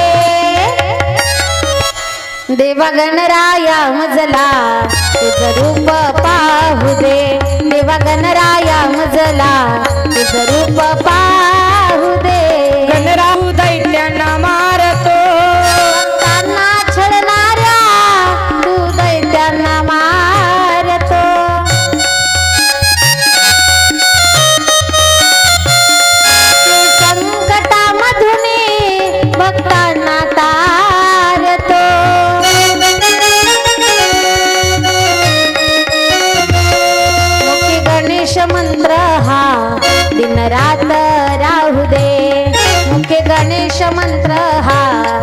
गणरात राहू दे, या शिरावरी माझ्या तुझा हात राहू दे, या शिरावरी माझ्या तुझा हात राहू दे. देवा गणराया मजला तुझं रूप पाहू दे, देवा गणराया मजला तुझं रूप पाहू दे. देवा गणराया मजला तुझं रूप पाहू दे, देवा गणराया मजला तुझं रूप पाहू दे. देवा गणराया मजला तुझं रूप पाहू दे, देवा गणराया मजला तुझं रूप पाहू दे. देवा गणराया मजला तुझं रूप पाहू दे, देवा गणराया मजला तुझं रूप पाहू दे. देवा गणराया मजला तुझं रूप पाहू दे, देवा गणराया मजला तुझं रूप पाहू दे. देवा गणराया मजला तुझं रूप पाहू दे. देवा गणपती बाप्पा मंगल मूर्ती. आवाज नाही आला बरं का मला, पुन्हा एकदा सगळ्यांचा आवाज आला पाहिजे. मागे उभे आहेत मंडपात जे आहेत सर्वांचा. गणपती बाप्पा मंगल मूर्ती. पहिलाच दिवस आहे, तुम्ही एवढे थकले, तुम्हाला सांगावं लागलं टाळी वाजवा टाळी वाजवा. आज सुरुवात आहे, अजून 7 दिवस मी तुम्हाला सगळ्यांना उभं करणार आहे. 7 दिवस आपल्याला आनंद घ्यायचा आहे, कोणी मागे राहायचं नाही, सगळ्यांनी भगवंताच्या कथेतला आनंद घ्यायचा आहे. आणि म्हणून या ठिकाणी बघा भगवान गणेशांचं जे स्वरूप आहे त्या ठिकाणी भगवान गणेशांचं शिर जे आहे ना ते हत्तीचं आहे. आणि मग याला कारण काय आहे बघा, तर हत्ती हा सर्वात बुद्धिमान प्राणी आहे आणि म्हणून हत्तीचं शिर आहे. त्याचप्रमाणे गणपती बाप्पाचं वाहन जे आहे ते उंदीर आहे. आपल्या सर्वांना माहीत आहे उंदीर हा विध्वंसक आहे, अन्नधान्याची नासाडी करत असतो, काही महत्त्वाचे कागदपत्र जरी असले तरी ते खात असतो. उंदीर हा विध्वंसक आहे. परंतु ज्या वेळेला दुर्बुद्धी असणारा उंदीर त्याच्यावरती भगवान गणेश ज्या वेळेला आरूढ होतात ना त्यावेळेला हा भगवान गणेशांचं वाहन असणारा जो उंदीर आहे, जो मूषक आहे, तो वाईट कर्म त्या ठिकाणी करत नाही. कारण दुर्बुद्धीवर सद्बुद्धीची मात या ठिकाणी म्हटलं तरी हरकत नाही की उंदरावर भगवान गणेश हे आरूढ होतात. आणि म्हणून ज्या मनुष्याला जन्म मरणाच्या शृंखलेमधून कायमची सुटका होण्यासाठी कायमची सुटका करायची असेल तर त्याला कारण फक्त काय आहे, त्याला फक्त साधन फक्त एकच आहे, ते म्हणजे फक्त भगवंताचं नामचिंतन करणं आणि भगवंताची कथा श्रवण करणं. कारण ही कथा एवढी पुण्यप्रदायक आहे, तुमचं जीवनामधलं कुठलंही दुःख असू द्या हो. या ठिकाणी बघा प्रत्येक धर्म मंडपामध्ये प्रत्येक ज्या ठिकाणी कथा आयोजित केली जाते, ज्या ठिकाणी कथा ऑर्गनाईज केलं जाते त्या ठिकाणी सर्व सिस्टीम वगैरे सर्व काही अवेलेबल असतं, माऊक सिस्टीम अवेलेबल असते, सर्व काही सुखसुविधा असतात. या ठिकाणी आमचे शूटिंगवाले दादा, आमचे बालाजी TV चॅनलचे आमचे दादा या ठिकाणी आहेत, ते सुद्धा या ठिकाणी ही कथा शूटिंग करतायत, शूट करतायत आणि त्या माध्यमातून सुद्धा ही कथा तुम्ही इतरत्र बघणार आहात. परंतु इतरत्र ही कथा बघणं किंवा आवाज तुमच्यापर्यंत येतोय, मग घरामध्ये बसून कथा ऐकणं आणि या ठिकाणी या धर्म मंडपामध्ये येऊन कथा ऐकणं यातलं पुण्य वेगळं आहे. कारण या धर्म मंडपामध्ये तुम्ही बसलात, तुम्ही येतात ना, या धर्म मंडपामध्ये बसून कथा श्रवण करण्याचं पुण्य हे सहस्त्रपटीने जास्त आहे. म्हणून कथा ही धर्म मंडपात बसूनच ऐकली पाहिजे. आणि म्हणून खूप सुंदर असा धर्म मंडप आपल्यासाठी या ठिकाणी सर्व आयोजक असतील, नियोजकांनी खूप सुंदर या ठिकाणी मंडप तयार केलेला आहे. म्हणून आपण सर्वांनी या ठिकाणी येऊन ही कथा श्रवण करायची आहे. कारण ज्या ठिकाणी हे भगवंताचं अस्तित्व आहे, या ठिकाणी आज भगवान गणेश विराजमान झाले, मी तर म्हणेल की जोपर्यंत या ठिकाणी आपली गणेश पुराण कथा चालू आहे ना, तोपर्यंत तुमच्या मंदिरातले बाप्पा सुद्धा कथेच्या वेळेमध्ये तुम्हाला तिकडे सापडणार नाही, ते सुद्धा इथेच तुम्हाला पाहायला मिळतील. त्यांचं दर्शन सुद्धा इथेच आपल्याला होणार आहे. म्हणून इतकं पुण्यप्रदायक असणारा हा धर्म मंडप आहे. आणि म्हणून या ठिकाणी ज्या जागेवर कथा आयोजित केली जाते ती जागा पवित्र असते. ते कथा आयोजित करणारे लोक तेही पवित्र मनाचे असतात. आणि त्या कार्याला जे सर्व काही सहमती देणारे आहेत, सर्व काही त्यामध्ये सहभाग घेणारे आहेत, ते सुद्धा त्या ठिकाणी पवित्र असतात. आणि ज्या पवित्र जागेवर, ज्या पवित्र ठिकाणी पवित्राणाम पवित्रम यो मंगलानांच मंगलम दैवतम देवतानांच भूतानाम यो वियपिता, अशा पवित्रात पवित्र असणाऱ्या भगवंताची कथा ज्या पवित्र जागेवर होते ना, त्या ठिकाणी आल्यानंतर तो ऐकणारा श्रोता सुद्धा पवित्र होत असतो. म्हणून ज्या ठिकाणी कथा आयोजित केली जाते, जो धर्म मंडप आहे ना, त्या ठिकाणी ती जागा पवित्र होत असते, ते कुळ पवित्र होत असतं, तो देश पवित्र होत असतो. त्या ठिकाणी काहीही अपवित्र शिल्लक राहत नाही. हो पवित्र ते कुळ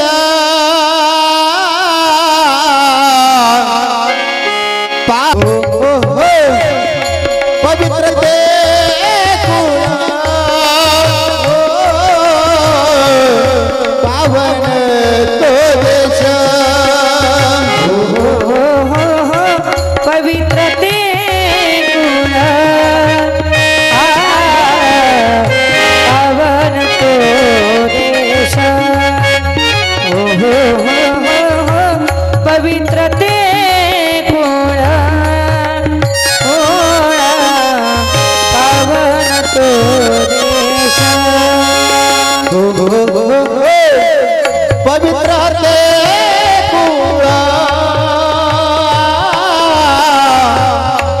पावन तो देश.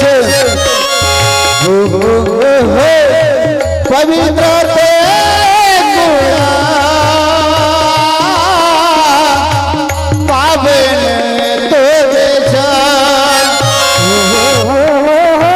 पवित्र ते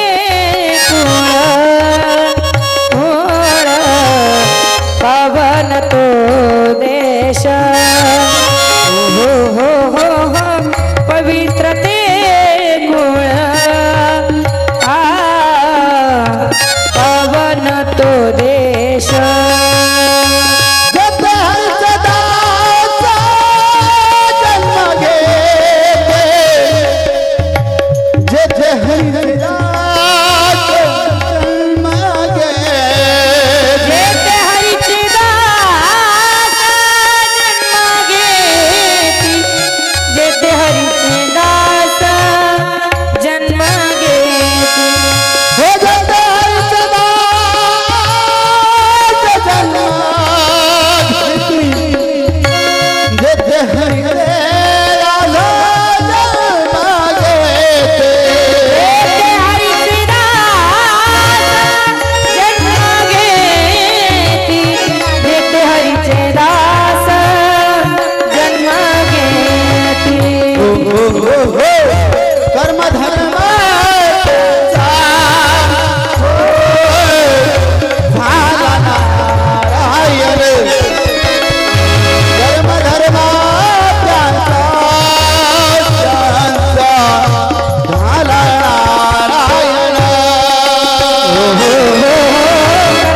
धर्म त्याचा झाला नारायण.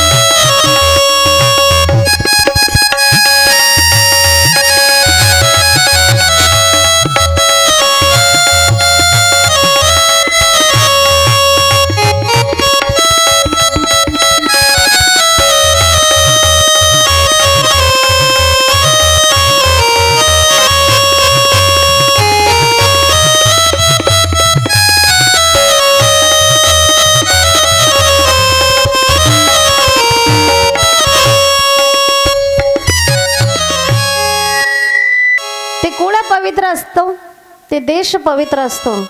ज्या ठिकाणी ही भगवंताचं नामस्मरण उच्चारल्या जातं ती भूमी सुद्धा पवित्र होत असते. आणि म्हणून सुंदर असं प्रमाण महाराजांनी दिलं. पवित्रते कूड पावन तो देश, जेथे हरीचे दासा जन्म घेती, जेथे हरीचे दास जन्म घेती, कर्म धर्म त्यांचा झाला नारायण. कुळ पवित्र असतं, तो देश पवित्र असतो, ती भूमी पवित्र होत असते. म्हणून जर या ठिकाणी आपल्या जीवनामध्ये जर काही विघ्न असेल, काही संकट असेल, तर 7 दिवस या धर्म मंडपामध्ये येऊन बसा. भगवान श्री गणेशांची कथा तुम्ही श्रवण करा. जर आपल्या जीवनामध्ये काही संकट असेल, काही अडचणी असतील, मनापासून तुम्ही बाप्पांना सांगा की हे बाप्पा, तुम्ही सर्व विघ्न दूर करणारे आहात. म्हणून माझ्याही जीवनामध्ये हे जे विघ्न आहे हे दूर झालं पाहिजे. हे विनंती शुद्ध अंतःकरणानं, कळकळीनं, नम्रतेनं, भावपूर्ण अंतःकरणानं तुम्ही जर त्या भगवंताला केली तर तो भगवान परमात्मा तुमच्या मनातील इच्छा पूर्ण केल्याशिवाय राहणार नाही. तुम्हालाही या ठिकाणी अनुभव येईल.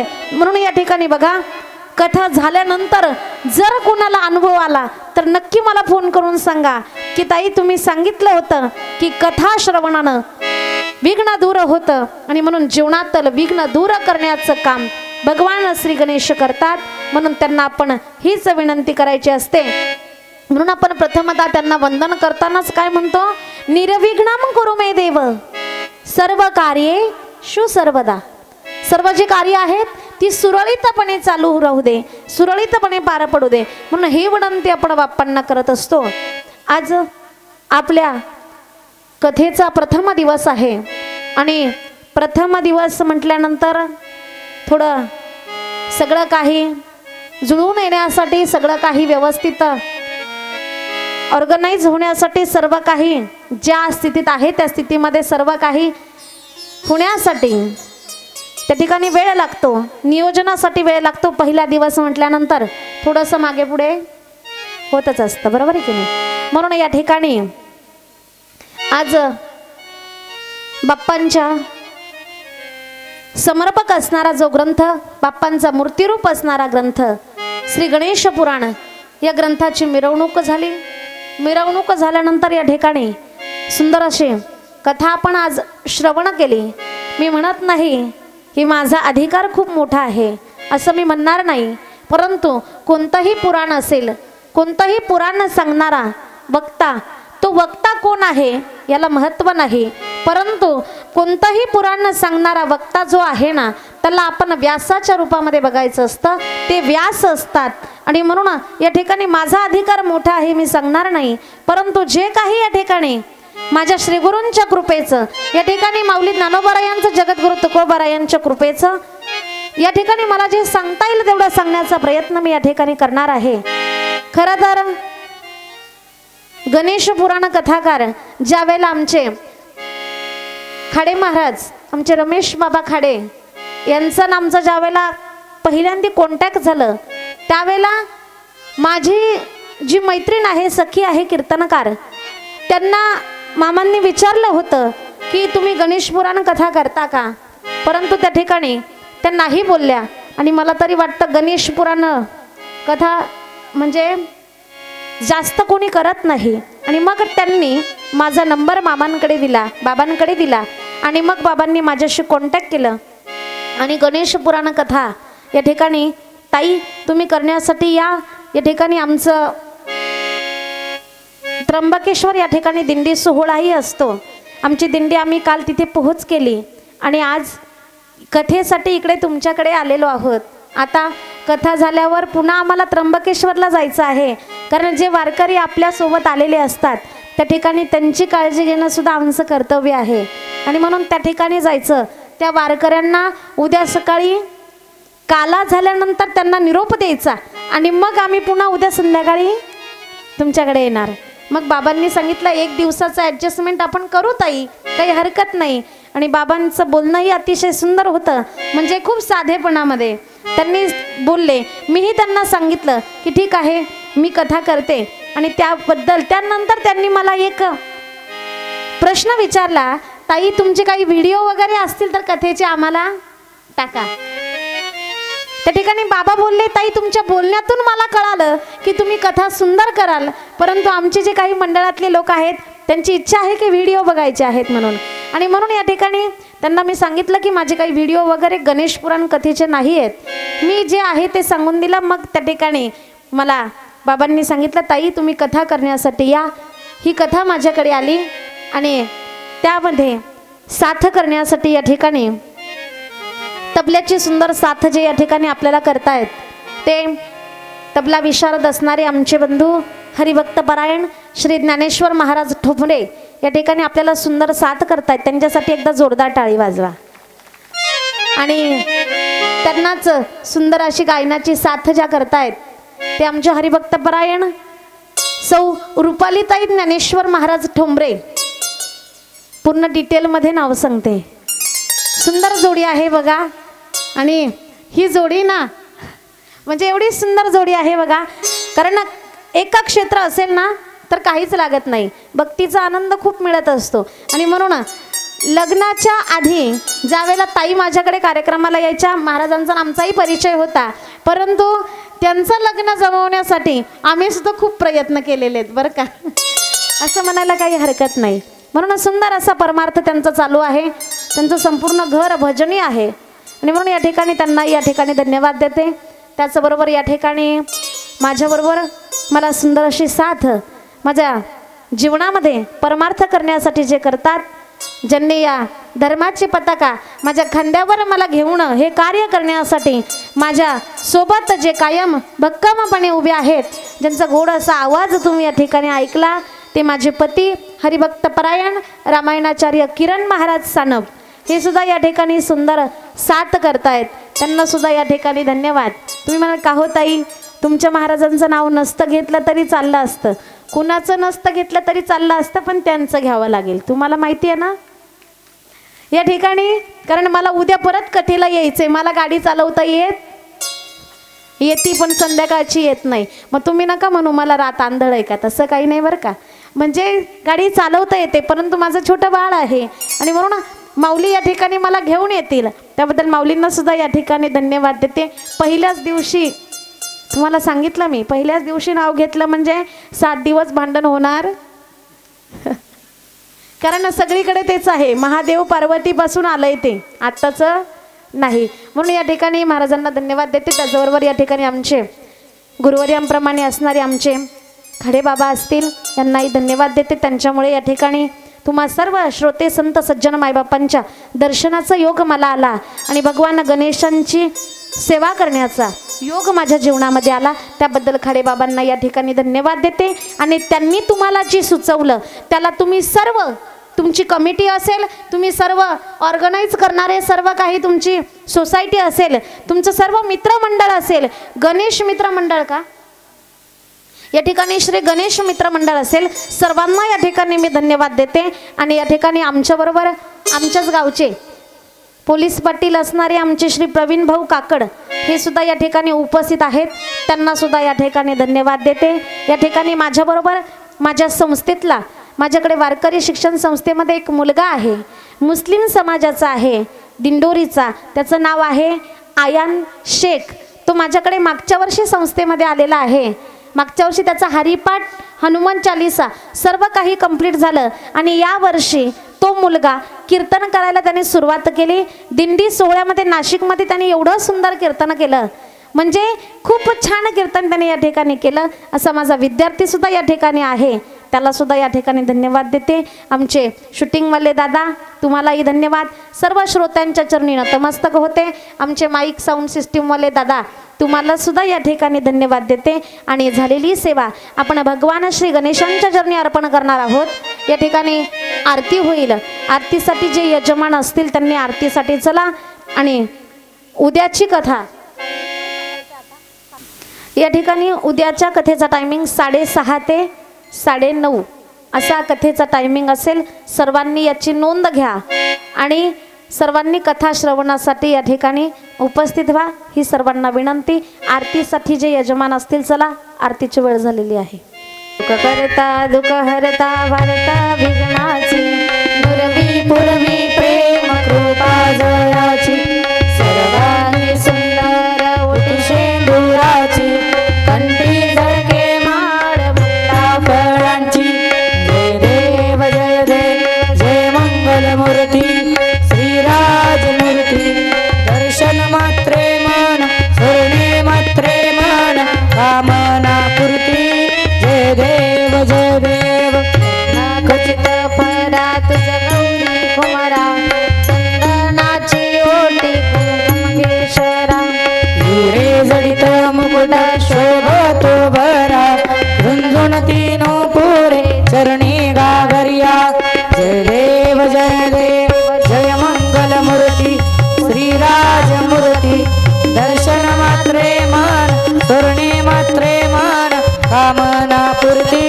जय देव जय देव उदर पीतांबर फणीवर वंदना सरळ सोंड वक्र तुंड त्रिनयना दास रामाचा वाटपाहे सदना संकटी पावावे निर्माणी रक्षावे सुरवर वंदना.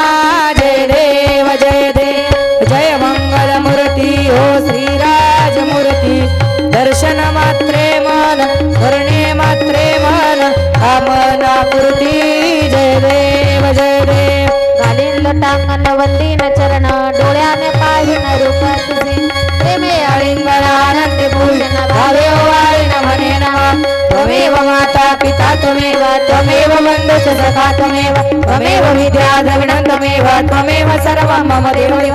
कायेन वाचा मनसेन्द्रियेण सकलेन वा प्रकृति स्वभाव करोमि यज्ञं सकलं परस्मै नारायणाय समर्पयामि. अच्युतं केशवं राम नारायणं कृष्ण दामोदरं वसिरं श्रीधरं माधवं गोपिका वल्लभं जानकी नायकं रामचन्द्रं भजे. हरे राम राम राम हरे हरे हरे कृष्ण कृष्ण कृष्ण हरे हरे हरे राम राम राम हरे हरे हरे कृष्ण कृष्ण कृष्ण हरे हरे. कर्पूर गौरम करुणावतारम संसार सारम भुजगेंद्रहारम सदा वसंतम हृदयारविंदे भवं भवानी सहितं नमामि भवं भवानी सहितं नमामि भवं भवानी सहितं नमामि. गणपति बाप्पा मंगल मूर्ति आज के आनंद की जय हो.